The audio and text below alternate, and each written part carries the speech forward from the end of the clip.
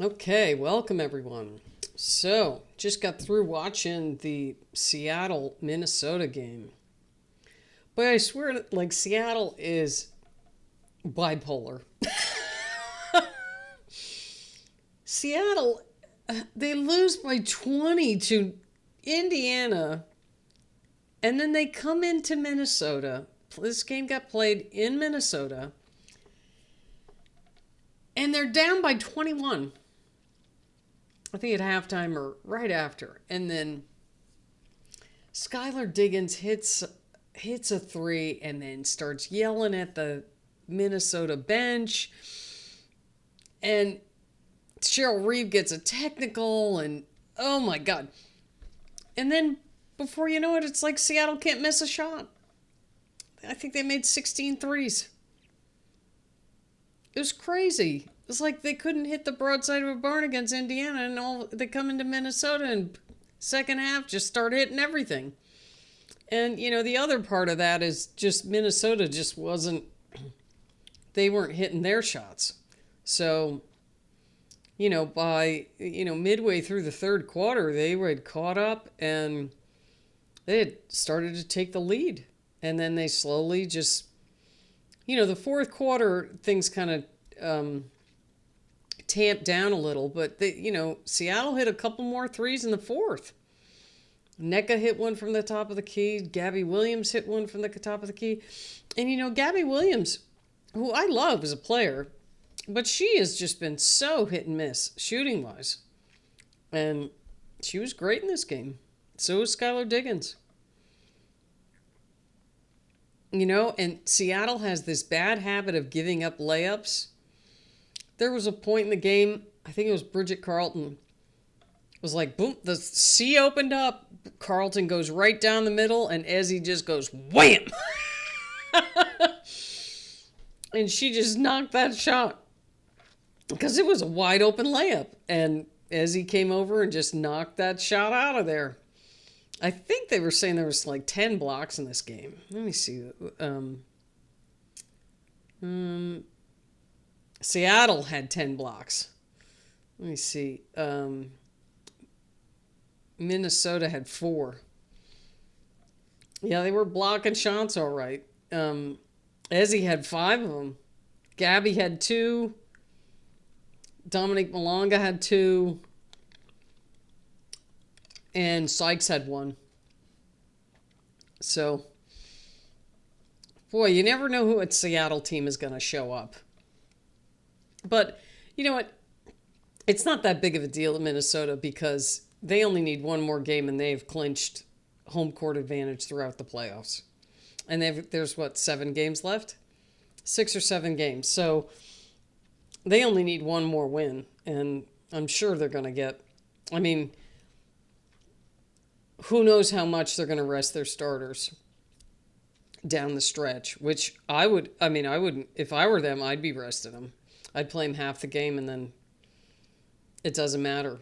It doesn't matter if you win or lose. They got to get one more. But after that,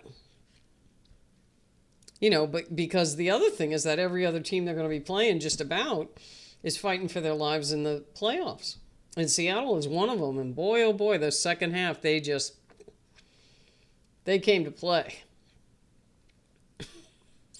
Just... if Seattle played like they did in the second half, they'd probably be, instead of being in 7th place, I think they are right now, they'd probably be in 2nd or 3rd. Because everybody had Seattle pretty high. And they just have been, bipolar. You never know which one's going to show up. So, Minnesota had a nice comfy lead in the first. They doubled them up in the first quarter, 25-12. Seattle only scored 12 points. And then the second quarter was even. And then this is when Seattle started chipping away. In the third quarter, they outscored Minnesota 34-17. And then in the fourth, 26-16. So the Storm get the 93-79 win over the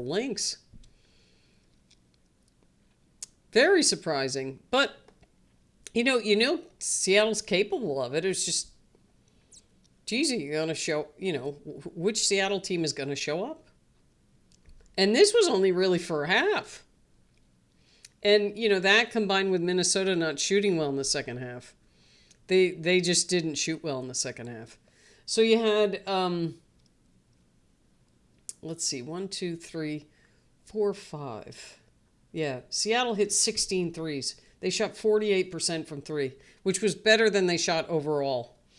They only shot 44% overall. They were 15 for 20 from the foul line. Let's see, rebounds, 35 to 37. Minnesota out-rebounded them by 2, so that was pretty even. Turnovers, Minnesota had 14 turnovers, which is unlike them. They usually take care of the ball. Minnesota had a 21-point lead at one point. Points in the paint were even. Second chance points were even. Minnesota had a few more fast break points. Points off turnovers, that's the big difference. Seattle had 9 turnovers. Minnesota had 14. But Seattle got 26 points off those turnovers. And Minnesota only got 13. That's a big difference. Big difference. So, Gabby Williams, like I was saying, she hasn't been shooting that well. She took 13 shots this game.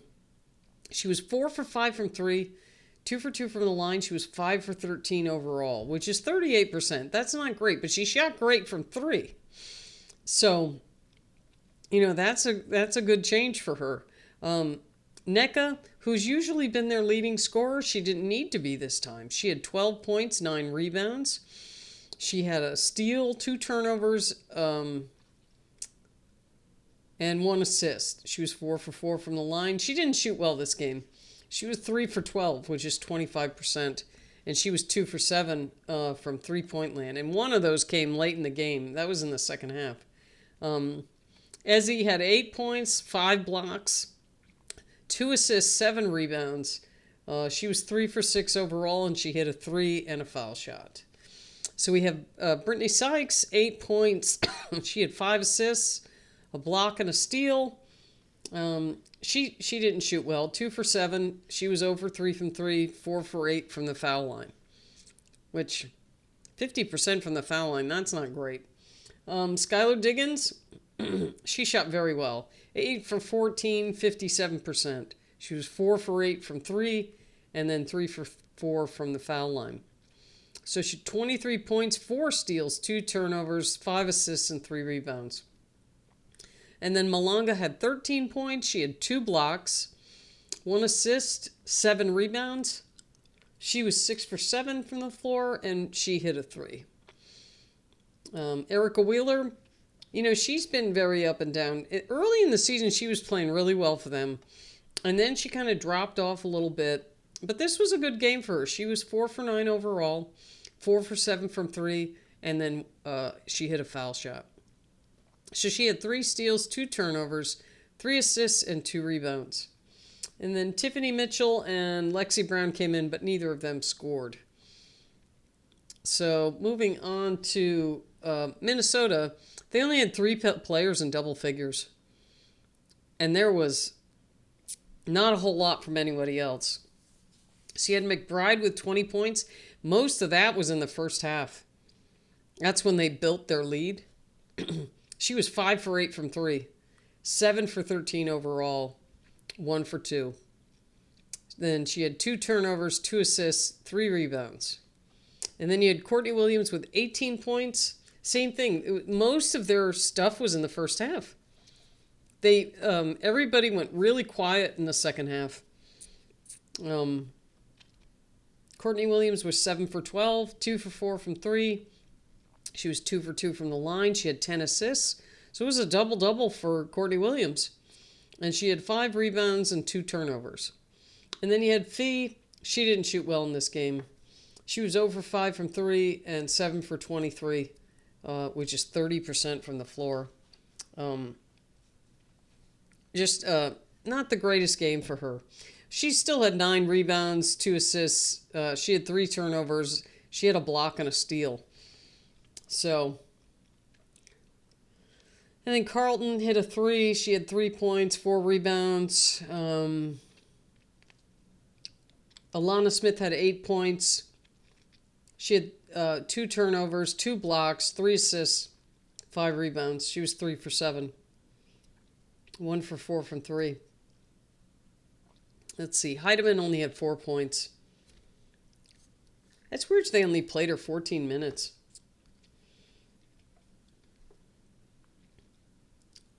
I don't know about that one. Anyway, she had 2 steals, a turnover, 2 assists, and 2 rebounds. She only took 3 shots. And one of them was a 3, which she missed. And then Carrington had 6 points, 1 steal. She only played 12 minutes, but she was 3 for 4.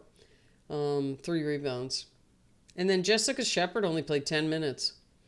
She got that triple-double, and then the last 2 games she's has hardly even scored. She had 2 points, 3 turnovers, 1 assist, and 4 rebounds. And then Kundlikova was in. She didn't score. She didn't take a shot. She had a block, a steal, and a turnover, and a rebound. So that's it for Minnesota. I mean, if I was... Minnesota's got nothing to worry about. I mean, they'll be fine. They'll probably come out and kill somebody the next game. I don't know who they're playing, but I would watch out. And then who knows what Storm team is going to show up next. So that'll be interesting. Let me see who each of these is playing next. Seattle's playing Chicago. That could be interesting. And then Minnesota's playing Connecticut. They're both playing on Saturday. So those should be games that each of those teams should win. But Connecticut is playing well.